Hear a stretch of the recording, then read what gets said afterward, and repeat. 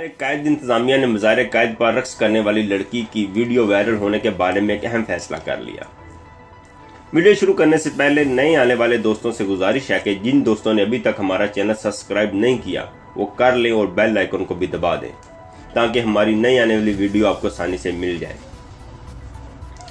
कुछ दिन पहले एक सफ़ेद पोश लड़की मज़ार कैद पर रक्स करती हुई नजर आई थी, जिसने अपनी वीडियो बाबा कौम के मज़ार की हुर्मत और तकद्दस का ख्याल न करते हुए बनाई, जिसने एक टिकटॉक की वीडियो के लिए मज़ार कैद पर रक्स करना शुरू कर दिया।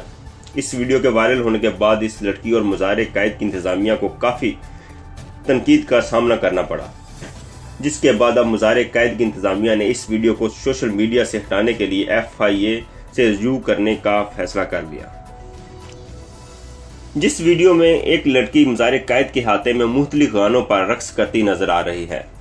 मज़कूरा वीडियो सोशल मीडिया पर वायरल होने के बाद शहरियों की तरफ से शदीद तनकीद की गई। शहरियों का यह कहना कि इस अमल के जरिए